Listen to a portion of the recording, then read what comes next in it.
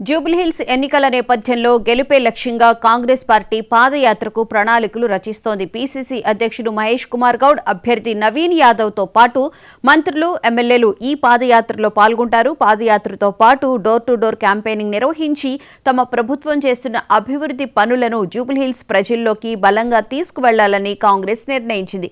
గతంలో బీఆర్ఎస్, బీజేపీలు అభివృద్ధిని పట్టించుకోలేదని ప్రజలకు వివరించనున్నారు. అందరూ కలిసికట్టుగా కృషి చేసి కాంగ్రెస్ గెలిచేందుకు పనిచేయాలని సీఎం రేవంత్ రెడ్డి నేతలకు దిశానిర్దేశం చేశారు.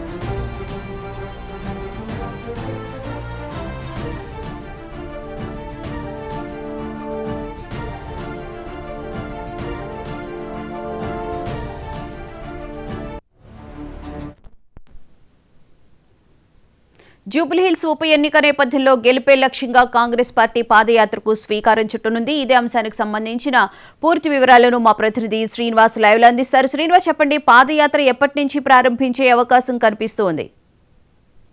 జూబ్లీహిల్స్ ఉప ఎన్నికల్లో ఖచ్చితంగా కాంగ్రెస్ గెలిపే లక్ష్యంగా కూడా పావులు కదుపుతుందని చెప్పొచ్చు.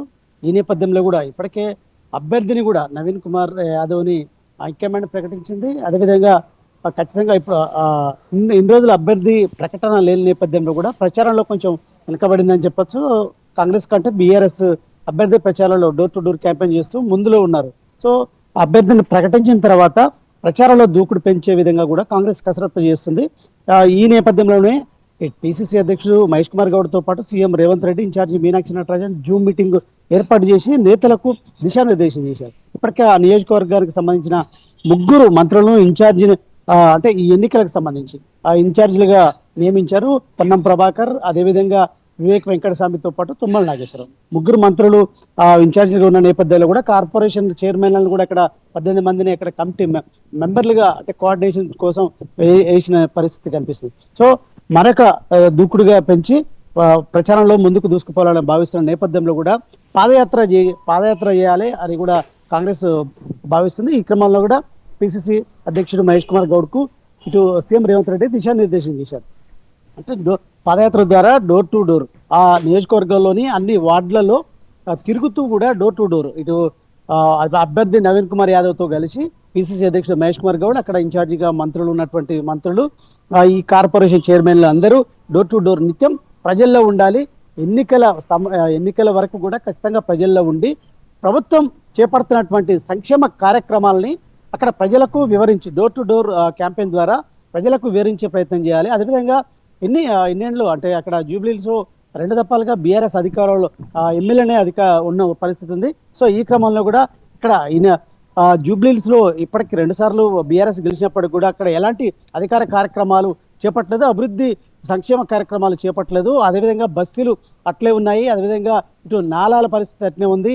అక్కడ మురికి కుప్పం పేరుకపోయింది.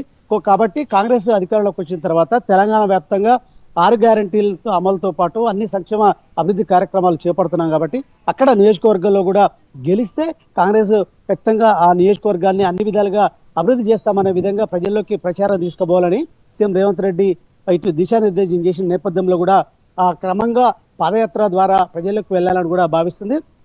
ఈ నేపథ్యంలో కూడా ఒకవైపు ఇప్పుడు నవీన్ కుమార్ యాదవ్కు టికెట్ ప్రకటించిన తర్వాత ఏదో ఆశావాళ్ళు ఎవరైతే అంటే టికెట్ కోసం ప్రయత్నం చేసి ఆ టికెట్ దక్కని నేతలు అసంతృప్తిగా ఉన్న పరిస్థితి కనిపిస్తుంది. సో ఆ వారిని నిన్నటి నుండి కూడా ఇన్ఛార్జి మీనాక్షి నటరాజన్, పిసిసి అధ్యక్షుడు మహేష్ కుమార్ గౌడ్తో పాటు మంత్రులు బుజ్జగించే పనిలో పడ్డారు.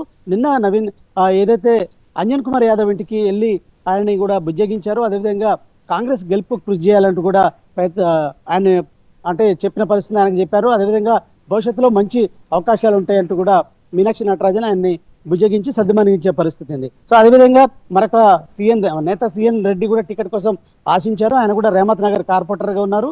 అక్కడ మంచి పట్టు ఉంది. ఆ విధంగా నవీన్ కుమార్ యాదవ్ ఇంటికి కూడా మంత్రులు పొన్నం ప్రభాకర్ వివేక్ వెంకటస్వామి కూడా ఆయన కూడా బుజ్జిగించారు. అంటే అక్కడ నియోజకవర్గంలోని కాంగ్రెస్ ఎలాంటి విభేదాలు లేకుండా అందరూ సమన్వయంతో పనిచేయాలి, అదేవిధంగా కాంగ్రెస్ ని గెలిచేందుకు కూడా అందరు కృషి చేయాలంటూ కూడా ఇప్పటికే దిశానిర్దేశం చేసిన నేపథ్యంలో కూడా అందరినీ కలుపుకోబోయే విధంగా కాంగ్రెస్ పనిచేస్తుంది. ఆ విధంగానే దిశానిర్దేశం చేసిన పరిస్థితి కనిపిస్తుంది. మరోవైపు ఎవరు అలసత్వం వహించొద్దు, ఖచ్చితంగా గెలుపు కోసం కృషి చేయాలంటూ కూడా సీఎం రేవంత్ దిశానిర్దేశం చేసిన నేపథ్యంలో కూడా ఈ పాదయాత్రకు ప్లాన్ చేశారు. సో ఈ రోజు పాదయాత్ర ఎప్పటి నుండి మొదలవుతుంది, అదేవిధంగా ఎక్కడి నుండి ప్రారంభమవుతుంది, ఏ విధంగా అనేది విధి విధానాలు మాత్రం పిసిసి అధ్యక్షుడు మహేష్ కుమార్ గౌడ్ సమావేశమై కూడా దీనికి సంబంధించి పాదయాత్ర షెడ్యూల్ని విడుదల చేస్తారు జూబ్లీహిల్స్ ఉప ఎన్నికకు సంబంధించి అని చెప్పొచ్చు.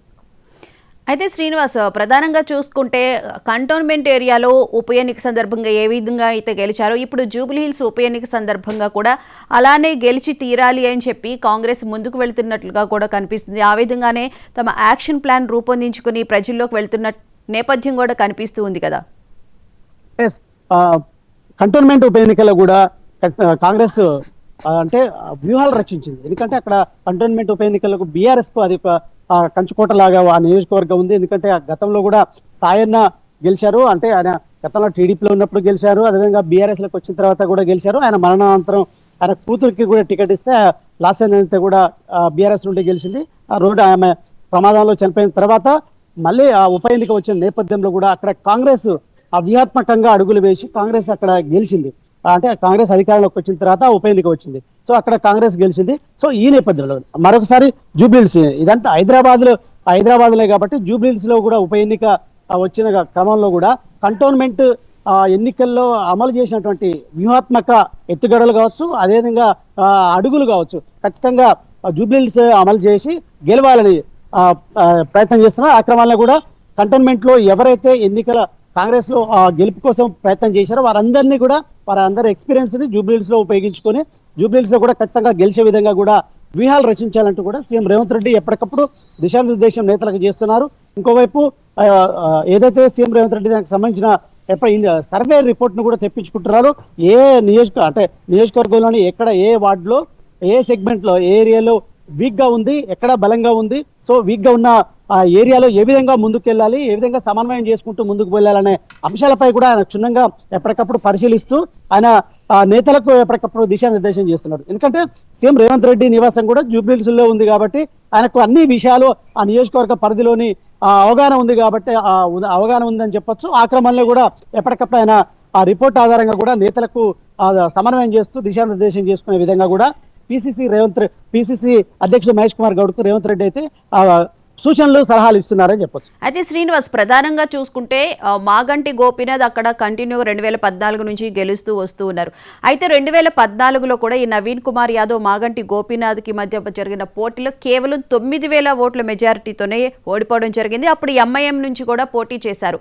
సో ఎంఐఎం సపోర్ట్ కూడా ఇక్కడ పూర్తిగా జూబ్లీహిల్స్లో ఉన్న ముస్లిం ఓటర్ని ఆకట్టుకోవడానికి ఎంఐఎం సపోర్ట్ కూడా తీసుకుంటున్న నేపథ్యం అయితే కనిపిస్తోంది కదా. అయితే నవీన్ కుమార్ యాదవ్ కాంగ్రెస్ అభ్యర్థి అయినటువంటి నవీన్ కుమార్ యాదవ్ కి ప్రధానంగా టికెట్ ఇవ్వడానికి అదే కారణం అని చెప్పొచ్చు. 2014లో నవీన్ కుమార్ యాదవ్ ఎంఐఎం తరఫున టికెట్ పొంది కూడా ఆయన పోటీ చేశారు. కేవలం ఈ మాగంటి గోపీనాథ్ మీద 9,000 ఓట్ల మెజార్టీ తోటి ఓడిపోయారు, తక్కువ మేరతో ఓడిపోయారు.